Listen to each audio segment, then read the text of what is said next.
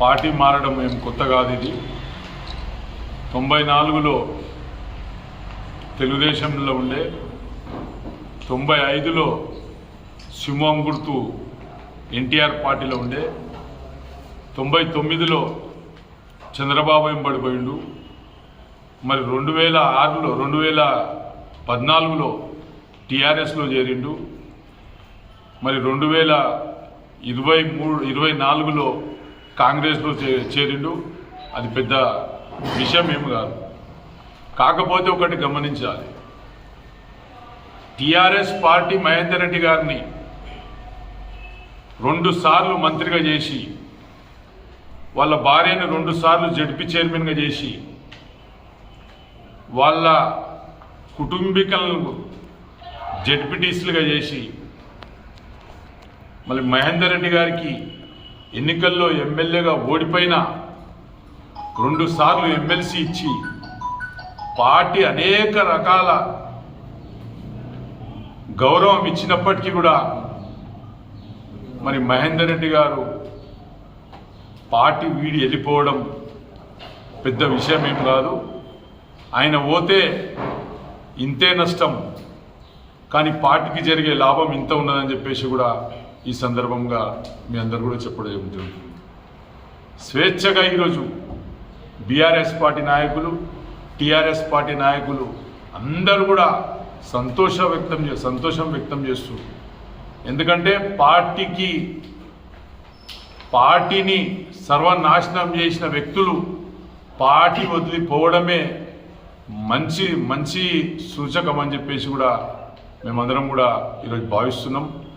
పోతే ఏమీ పర్వాలేదు. మాకు తెలంగాణ రాష్ట్ర సమితి బలంగా ఉన్నది. తాండూరులో గతంలో మహేందర్ రెడ్డి నిలబడితే 70,000 ఓట్లు వచ్చినాయి.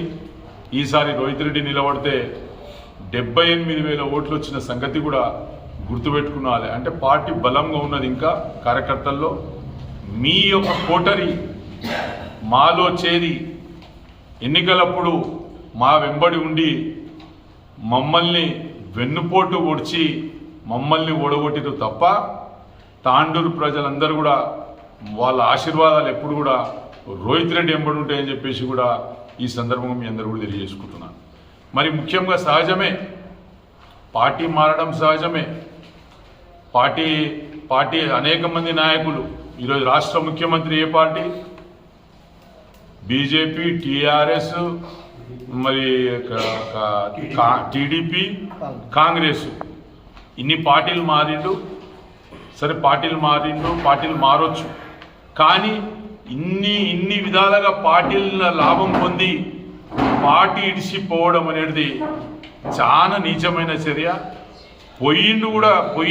పోయినాడు కాబట్టి కూడా మాకు కూడా కొంచెం సంతోషంగానే ఉన్నదని చెప్పేసి కూడా ఈ సందర్భంగా చెప్పుకుంటూ, మరి ముఖ్యంగా తెలంగాణ రాష్ట్రంలో మరి ఎవ్వరికీ లేని విధంగా మరి ఎన్నికల నోటిఫికేషన్ పడ్డాక కూడా ఆయనకు మంత్రి పదవి ఇచ్చి గౌరవించిన సంగతి కూడా తాండూరు ప్రజలు కానీ జిల్లా ప్రజలు కానీ గుర్తుపెట్టుకున్నారు. టీఆర్ఎస్ పార్టీలో ఉండుకుంటూ ఇటు వికారాబాద్ కానీ ఇటు తాండూరు కానీ పరిగిలో కానీ ఈయన ఒక ప్రాబల్యం చూపించి ఈయన ఒక స్నేహితులను ఈయన ఒక సంబంధించిన వ్యక్తులకు చెప్పి ఈ 3 సీట్లు ఓడగొట్టిన ఘనత మహేందర్ రెడ్డి గారిది. కాబట్టి మహేందర్ రెడ్డి గారి అసంటి వ్యక్తులు పార్టీలో ఉండరాలని చెప్పేసి మేము మొన్ననే తెలంగాణ రాష్ట్ర భవన్లను పెద్ద ఎత్తున గొడవ జరిగిన సంగతి పాత్రిక సోదరులందరూ కూడా తెలుసు. కాబట్టి పోయిన దాంతో మాకేమి నష్టం లేదు. మేము ఖచ్చితంగా టీఆర్ఎస్ పార్టీని బలోపేతం చేసుకుంటాం. రాబోయే దినాల్లో ఏ ఎన్నికలు జరిగినా, రేపు స్థానిక సంస్థ ఎన్నికల్లో కూడా ఖచ్చితంగా టీఆర్ఎస్ పార్టీ పైచేయి ఉంటుందని చెప్పేసి కూడా ఈ సందర్భంగా చెప్పుకుంటున్నాను. మరి ముఖ్యంగా ఇప్పుడు మాకైతే ఏం నష్టం లేదు ఆయన పోయిన దాంతో. ఇప్పుడు నష్టం మొత్తం కాంగ్రెస్ పార్టీకి జరుగుతుంది. మనోహర్ రెడ్డి గారికి జాగ్రత్తగా ఉండమని చెప్పేసి ఈ సందర్భంగా చెప్పుకుంటున్నా. ఎందుకంటే మోసకారులు, దగాకారులు మొత్తం నీ కాంగ్రెస్ పార్టీలో చేరింది కాబట్టి మనోహర్ రెడ్డి గారు మీరు జాగ్రత్తగా ఉండండి, మీరు జాగ్రత్తగా వ్యవహరించండి. ఎందుకంటే రేపు ఎన్నికలు దగ్గర పడ్డాక మళ్ళా నేను నిలబడతానో నా కొడుకు నిలబడతాడో అని చాలు చేసే విధంగా మహేందర్ రెడ్డి కుటుంబీకులు ఉంటారు. కాబట్టి మనోహర్ రెడ్డి గారు మీరు జాగ్రత్తగా వ్యవహరించండి. మీ కాంగ్రెస్ పార్టీని కూడా చిన్న భిన్నమయ్యే పరిస్థితి ఉన్నదని చెప్పేసి కూడా ఈ సందర్భంగా మనోహర్ రెడ్డికి, ఎందుకంటే నాకు ఆయన కొలీగు, నాకు నా మంచి ఫ్రెండ్ అయినా ఆయనకు నా ఒక ఉచిత సలహా ఆయనకు, నీకు చాలా ప్రమాదం ఉన్నది ఈ మహేందర్ రెడ్డి తోటి, కాబట్టి నువ్వు జాగ్రత్తగా ఉండాలని చెప్పేసి మనోహర్ రెడ్డి గారికి నా తరఫున ఆయనకు చెప్పడం జరుగుతుంది. ఎందుకంటే ఆల్రెడీ నీతో ఉన్నదే మహేందర్ రెడ్డి కోవట్లు మొత్తం ఆల్రెడీ ఎన్నికల ముందలే మహేందర్ రెడ్డి కోవట్లు నీతోనే జమైంది. మరి ఇప్పుడు మహేందర్ రెడ్డి వచ్చేసినాక నీ పరిస్థితి ఏముంటుంది మనోహర్ రెడ్డి, ఒకసారి నువ్వు ఆలోచన చేసుకున్నాలని చెప్పేసి కూడా ఈ సందర్భంగా చెప్పుకుంటూ, మరి ముఖ్యంగా నిన్న పత్రికా సమావేశం పెట్టి మరి కొంతమంది వ్యక్తులు, సీనియర్ సిటిజన్లు, మరి ఒక వార్డు మెంబర్ కూడా గెలవని వ్యక్తులు మరి నిన్న అనేక విషయాలు చెప్పారు. మరి నేను ఈ సందర్భంగా ఆ వ్యక్తిని అడుగుతున్నా, రవిగౌడ్ని నిన్న ప్రెస్ మీట్లో ఏమైతే చెప్పిండో రవిగౌడ్కు నేను ఈ సందర్భంగా సూటిగా అడుగుతున్నా, నీ యొక్క సంఘం గ్రామంలో నీ భార్య ఎంపీపీ, నువ్వు జిల్లా డీసీసీబీ డైరెక్టర్వి, పీసీఎస్ చైర్మన్వి, నీ కొడుకు సర్పంచ్, నీ ఊర్లో ఏ పార్టీకి లీడ్ వచ్చిందో ఫస్ట్ అది నువ్వు చెప్పుకో. ఫస్ట్ మనోహర్ రెడ్డికి నీ ఊర్లో, నీ సంఘం కళ్యాణ్ ఊర్లో 146 ఓట్ల లీడ్ తెచ్చిన ఘనత మా టీఆర్ఎస్ పార్టీది, టీఆర్ఎస్ కార్యకర్తలు అని చెప్పేసి ఈ విషయం ఈ సందర్భంగా చెప్పుకుంటున్నా. మరి ఇంకో వ్యక్తి ఏమంటాడు, తాండూరు డెవలపే కాలేదు, తాండూరు డెవలపే చేయలేరు అన్నాడు. వాస్తవంగా చెప్పిండు. రోహిత్ రెడ్డి గారు ఫస్ట్ వాన్ని డెవలప్ చేసిండు, తర్వాత తాండూరును డెవలప్ చేసిండు అనే విషయాన్ని కూడా ఈ సందర్భంగా చెప్పక తప్పదు. మేము తెచ్చిన ప్రొసీడింగ్లు తప్పని మాట్లాడుతాం, మేము తెచ్చిన ఫండ్స్ తప్పని మాట్లాడుతాం. ఒకవేళ మేము తెచ్చిన ప్రొసీడింగ్లు, మేము తెచ్చిన ఫండ్స్ తప్పు అంటే ఈరోజు మళ్ళీ ఎలక్ట్రిసిటీ బిల్స్ కానీ ఎట్లా శాంక్షన్ అయినాయి, కెమెరా బిల్స్ ఎట్లా శాంక్షన్ అయినాయి, వార్డులలో సీసీ రోడ్ల పనులు ఎట్లా ప్రారంభించారు. మరి ఆ రోజు ఉన్న కలెక్టరే ఈ రోజు కూడా ఉన్నాడు కదా.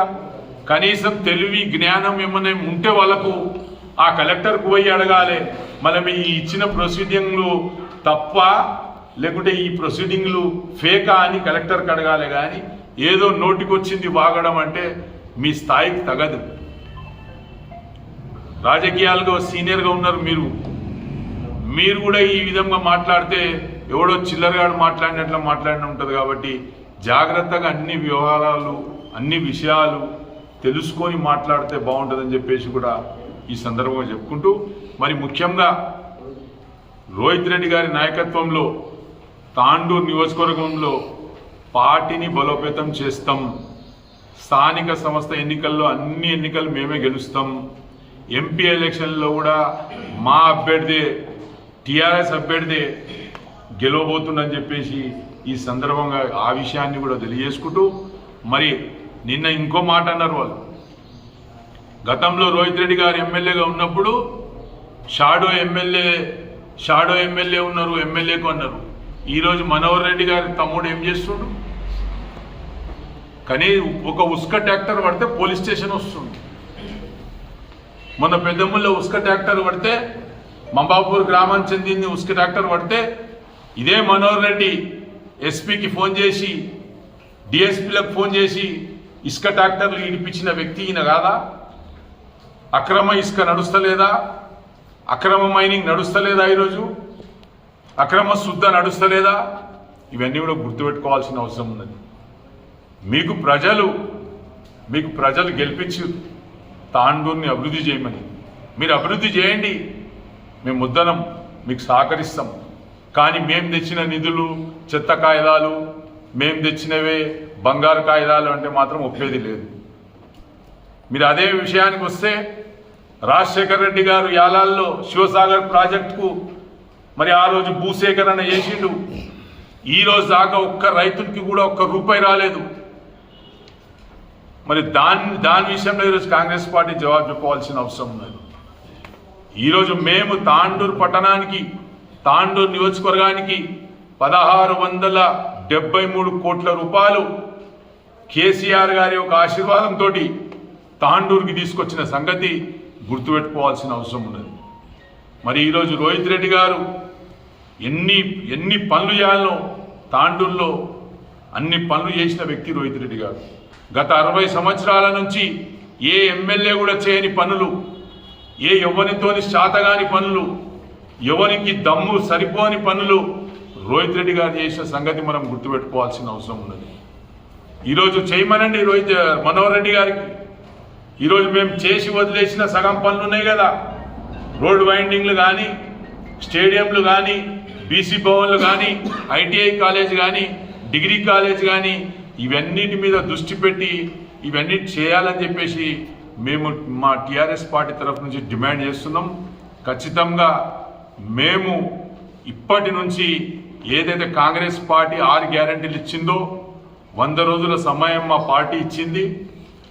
మార్చి 17 తర్వాత వీళ్ళని ప్రజలు ఈరోజే తిరగబడ్డారు. ప్రజలు మార్చి 17 తర్వాత కాంగ్రెస్ పార్టీ ఒక భర్తం అని చెప్పేసి కూడా ఈ సందర్భంగా చెప్పుకుంటూ, మరి ముఖ్యంగా ఈరోజు ఈ ప్రభుత్వం 9 తారీఖు నాడు డిసెంబర్ 9 తారీఖు నాడు రైతు బంధు ఇస్తున్నది, పెన్షన్లు ఇస్తున్నది, గృహలక్ష్మి కింద 2500 ఇస్తామన్నారు.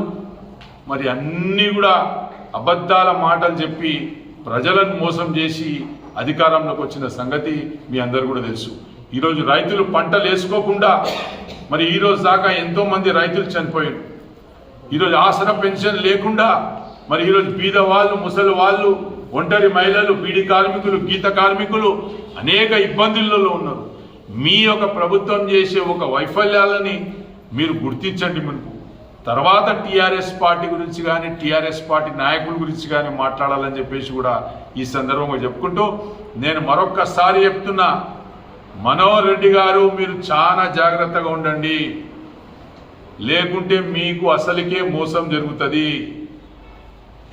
మీకు ఎందుకంటే మాకు టీఆర్ఎస్లో ఉండే మాకు ముంచేసిన వ్యక్తి ఇక మీకు కాంగ్రెస్లో చేరి మీకు ముంచడని ఏమి గ్యారంటీ. కాబట్టి నేను మనోహర్ రెడ్డి గారికి రిక్వెస్ట్ చేస్తున్నా, చాలా జాగ్రత్తగా ఉండండి మనోహర్ రెడ్డి గారు.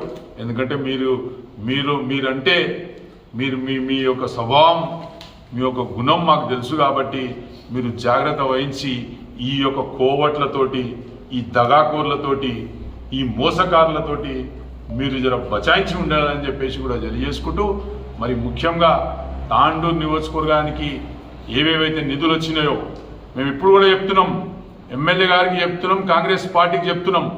ఏవైతే ఎస్డిఎఫ్ నిధులు కానీ, డిఎంఎఫ్టి నిధులు కానీ, మరి సిడిఎఫ్ నిధులు కానీ, ఈ నిధుల కింద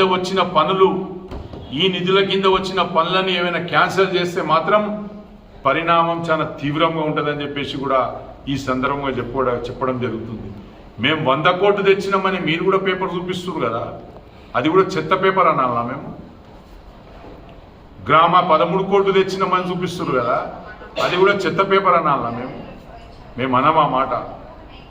ప్రభుత్వం నుంచి ఏవైతే ఎస్డిఎఫ్ రాని, డిఎంఎఫ్టి రాని, సిడిఎఫ్ రాని, దాని ద్వారా తాండూరుని అభివృద్ధి చేసుకుందాం తప్ప ఈ విధంగా మేము తెచ్చిన ఒక నిధుల్ని మీరు తప్పుగా ప్రచారం చేసుడు మంచి పద్ధతి కాదని చెప్పేసి కూడా ఈ సందర్భంగా చెప్పుకుంటూ, మరి మేము చిన్న మార్జిన్తో ఓడిపోయినాం. మేము చిన్న మార్జిన్ 6,000 ఓట్లతో ఓడిపోయినాం. ఆ 6,000 ఓట్లు ఎవరు ఎక్కడ ఏపించిండ్రు? సగం మంది మాత 10 ఏళ్ళు మాత ఉండి, మాత పైరులు చేసుకొని, మాత లబ్ధి పొంది అవతల పోయి కాంగ్రెస్ పార్టీని గెలిపించారు తప్ప మేము ఓడలేము. మాకు ప్రజల ఆశీర్వాదం పూర్తి స్థాయిలో ఉన్నది. ఖచ్చితంగా రాబోయే దినాల్లో మీరు చూస్తారు, గ్రామ పంచాయతీల ఎన్నికల్లో కానీ, మండల ఎన్నికలలో కానీ, మున్సిపాలిటీ ఎన్నికల్లో కానీ, ఎంపీ ఎన్నికల్లో కానీ టీఆర్ఎస్ పార్టీ భారీ మెజార్టీ తోటి ఈ అన్ని ఎన్నికలు కూడా గెలవబోతుందని చెప్పేసి తెలియజేసుకుంటూ ముగిస్తున్నాను.